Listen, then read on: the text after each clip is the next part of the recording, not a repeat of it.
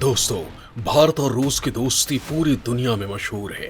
सब जानते हैं कि रूस भारत का हर परिस्थिति में साथ खड़ा रहता है। वहीं भारत भी रूस की हर संभव मदद करता है, फिर बात चाहे व्यापार को लेकर हो या फिर युद्ध की स्थिति बनने पर साथ देना हो।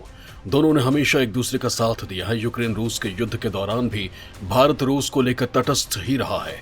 वहीं फ्रांस भी भारत के अच्छे दोस्तों में से एक है। फ्रांस से भारत के रिश्ते हमेशा से अच्छे रहे हैं। हाल ही में भारत के प्रधानमंत्री नरेंद्र मोदी का फ्रांस में काफी भव्य स्वागत किया गया और फ्रांस के राष्ट्रपति इमैनुअल मैक्रो ने पीएम मोदी को गले लगाकर एहसास कराने की कोशिश की कि फ्रांस के लिए भारत कितनी अहमियत रखता है। यही हाल रूस का भी है। पिछले साल अगस्त महीने में जब Bharat United Nations security council का एक महीने के लिए अध्यक्ष बना था, तो पीएम मोदी के संबोधन के दौरान खुद रूसी राष्ट्रपति पुतिन पहुंच गए थे। यानी रूस और फ्रांस जो कई मौकों पर साबित भी कर चुके हैं कि वो भारत को काफी करीबी दोस्त मानते हैं। लेकिन दोस्तों, इन सब के बाद भी हाल ही में फ्रांस और रूस दोनों ने ही भारत के साथ एक हथियार की तकनीकी की सीक्रेट शेयर करने से इनकार कर दिया। ये प्रोजेक्ट था P75I, जो भारत के लिए काफी मायने रखता है। दोनों देशों का इस प्रोजेक्ट से इनकार करना भारत के लिए बहुत बड़ा झटका है। यहाँ ये सवाल आता है कि आखिर क्या वजह है कि भारत के अच्छे दोस्त कहे जाने वाले ये देश इसके साथ हथियारों की तकनीकी साझा नहीं करना चाहते और भारत रूस से हथियार खरीद रहा है और वो पूरी तरह से रूस पर ही निर्भर है। लेकिन इसके बाद भी आज तक रूस ने भारत से अपने हथियारों की टेक्नोलॉजी शेयर नहीं की है। आखिर क्या है इसका कारण? क्या रूस के मन में भारत को लेकर कोई शंका है या फिर उसे भारत के आगे बढ़ जाने का डर है?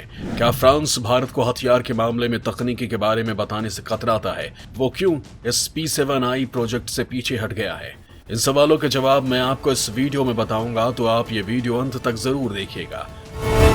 दोस्तों, हाल ही में भारत ने फ्रांसीसी कंपनी नेवल ग्रुप के साथ पनडुब्बियों का निर्माण का प्रस्ताव रखा है। लेकिन प्रधानमंत्री के फ्रांस दौरे से ठीक एक दिन पहले फ्रांस की कंपनी ने P75I प्रोजेक्ट के तहत भारत में पनडुब्बी बनाने के लिए लगने वाली बोली में शामिल होने से इनकार कर दिया। दोस्तों, P7I प्रोजेक्ट से फ्रांस का इनकार भारत के लिए बड़ा झटका था। ये प्रोजेक्ट भारत के लिए बहुत मायने रखता है। भारत सरकार इंटरनेशनल ओरिजिनल इक्विपमेंट मैन्युफैक्चरर यानी IOEM के तहत पनडुब्बियों के निर्माण और टेक्नोलॉजी ट्रांसफर करने के लिए एक पार्टनर कंपनी की तलाश कर रही है। यहाँ आपको बताते हैं कि आखिर ये प्रोजेक्ट है क्या। दोस्तों, P75 प्रोजेक्ट भारत में पनडुब्बियों के निर्माण की दूसरी परियोजना है और इस परियोजना को साल 1999 में पेश किया गया था। लेकिन इतने साल बीत जाने के बाद भी वर्ष 2022 में भी अभी तक ये प्रोजेक्ट पूरा नहीं किया जा सका। इस प्रोजेक्ट के तहत 12 पनडुब्बियों का निर्माण होना था। प्रोजेक्ट के फेज 1 के तहत भारतीय नौसेना समूह ने भारत में Mazagon dockyard ship building limited के साथ साझेदारी में 6 कलवरी क्लास यानी स्कॉर्पियन क्लास पारंपरिक पनडुब्बियों का निर्माण किया है। इस क्लास में 6ठी पनडुब्बी को पिछले महीने लॉन्च किया गया और अगले साल के अंत तक इसके चालू होने की उम्मीद है। वहीं P75I पनडुब्बियों के निर्माण का ये दूसरा प्रोजेक्ट है। फ्रांस के नेवल ग्रुप ने यह project Mazagon dockyard ship building नाम की भारतीय कंपनी के साथ किया है। इस प्रोजेक्ट पर 2005 में फ्रांस के साथ भारत की डील हुई थी। नौसेना समूह को तब DCNS कहा जाता था। भारत सरकार ने इसके लिए 43,000 करोड़ का बजट रखा है और सरकार की कोशिश है कि इसकी टेक्नोलॉजी भारतीय कंपनी को मिलने के बाद आगे खुद पनडुब्बियों का निर्माण करे। लेकिन फ्रांस ने इस प्रोजेक्ट में शामिल होने से इनकार किया। सिर्फ फ्रांस ही नहीं बल्कि इसी साल फरवरी महीने में रूस ने भी भारत में भारतीय कंपनियों के साथ मिलकर पनडुब्बियों का निर्माण करने से इनकार कर दिया था। रूस की कंपनी ने भी फ्रांसीसी कंपनी की तरह ही दलील देते हुए कहा कि प्रोजेक्ट 75I की जो शर्तें हैं वो हमारे लिए सही नहीं है, इसलिए हम इस प्रोजेक्ट में हिस्सा नहीं लेंगे। इसके साथ ही इस प्रोजेक्ट के लिए इनकार करने वालों में 2 और देश भी शामिल हैं जो खुद को भारत का दोस्त बताते हैं। ये दोनों देश हैं जर्मनी और दक्षिण कोरिया। दोनों ही देश टेक्नोलॉजी के मामले में काफी सफल हैं।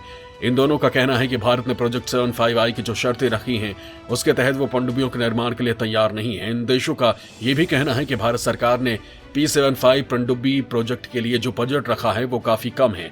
इन विदेशी कंपनियों का कहना है कि भारत सरकार को 6 पनडुब्बियों के निर्माण के लिए करीब $10 अरब का प्रोजेक्ट बनाना चाहिए, तभी वो इसमें शामिल होंगे। बजट बढ़ाने के बाद ही इन विदेशी कंपनियों ने भारतीय कंपनियों के साथ पनडुब्बी बनाने के लिए टेक्नोलॉजी और सीक्रेट शेयर करने पर सहमति जताई है।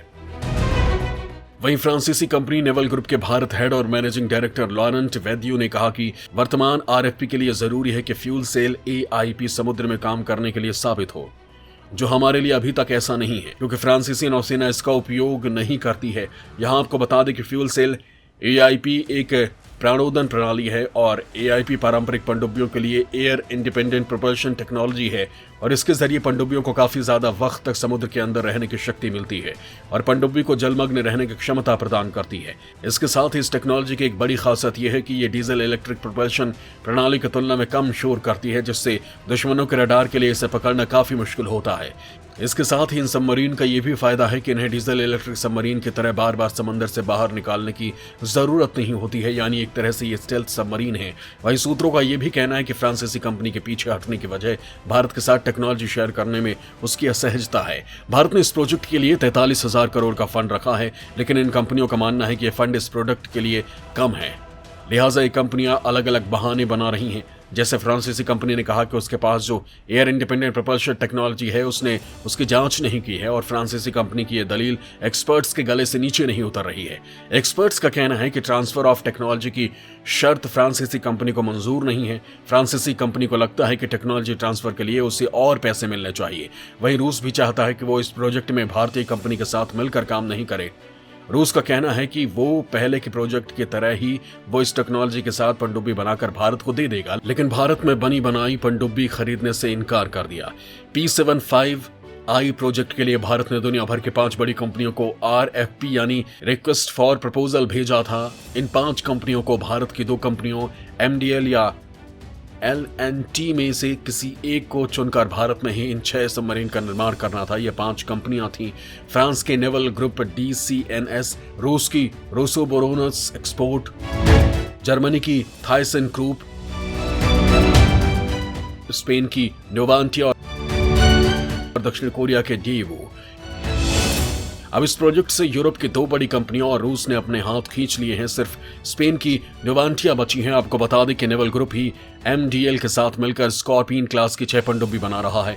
इनमें से 4 कलवरी क्लास पनडुब्बी नौसेना में शामिल हो चुकी है और 5वीं का समुद्री ट्रायल चल रहा है और 6ठी बकशीर इसी महीने समंदर में लॉन्च की गई थी। हिंद महासागर में चीन से मिल रही चुनौतियों के बीच पिछले साल यानी अप्रैल 2021 को रक्षा मंत्रालय ने भारतीय नौसेना के लिए 6 नई स्टेल्थ पनडुब्बियों के निर्माण का रास्ता साफ कर दिया था।